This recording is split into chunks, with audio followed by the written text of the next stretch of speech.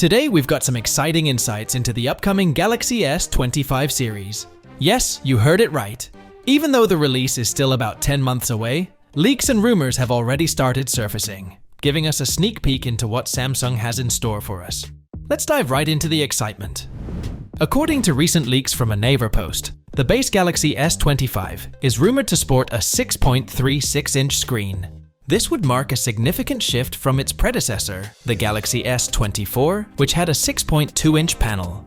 It's a clear sign that compact smartphones might be becoming a thing of the past, with larger screens becoming the norm.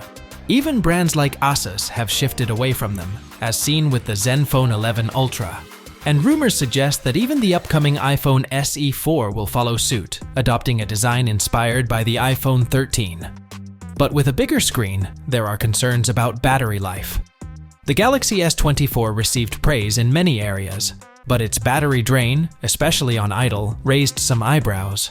With a larger display on the horizon for the Galaxy S25, we can only hope that Samsung addresses this issue by boosting both the screen resolution and battery capacity. And let's not forget about the processor. If the next-gen Exynos 2500 is as power-hungry as its predecessor, the Exynos 2400, we might need that extra battery juice. Now, let's talk about the cameras. It seems Samsung is gearing up to equip both the base Galaxy S25 and the Galaxy S25 Plus with Sony camera sensors, promising some impressive photography capabilities. But that's not all.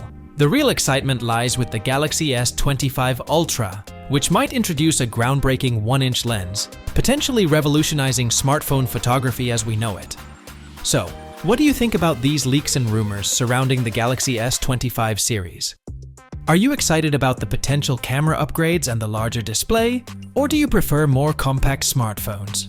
Let us know your thoughts in the comments below.